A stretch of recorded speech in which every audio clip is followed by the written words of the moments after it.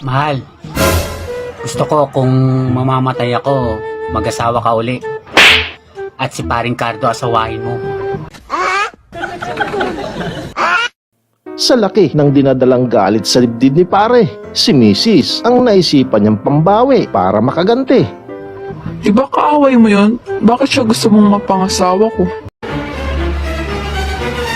Gusto ko rin kasi siyang magdusa. Gago! Gusto mo mamaya ng 45?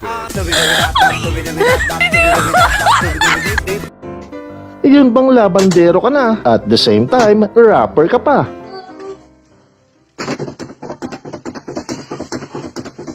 Pawis ko tumatagaktak, sa bilis may pumapalakpak. Abugin ko na lang, ibo pa ang pakpak, lahapin ang halimuya. O diba, nakarinig lang ng beat na unleash ka agad ang talent. Sa liwanag ng ganda mo, ang daming nabibiganing gamo-gamo. Wow naman! Pwede bang bagalang ko ng kaunti para sa hindi makaintindi?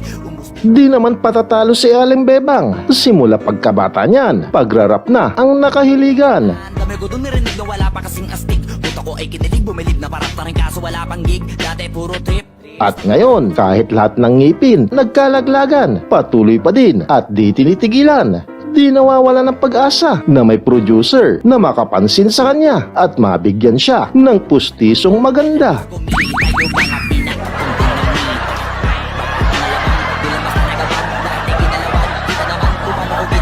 Pre, yung papalod mo, bebe?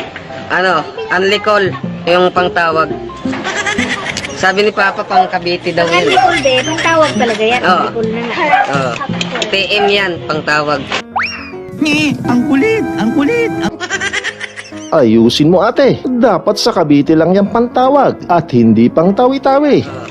PM yan, pangtawag. Pangtawag ng Cavite yan eh. Ayaw mo bang pang tawag sa probinsya? Hindi, sa Cavite lang, sa ano. Sa Cavite lang pala sa gusto mo? Oh, doon sa ano eh, Paliparan.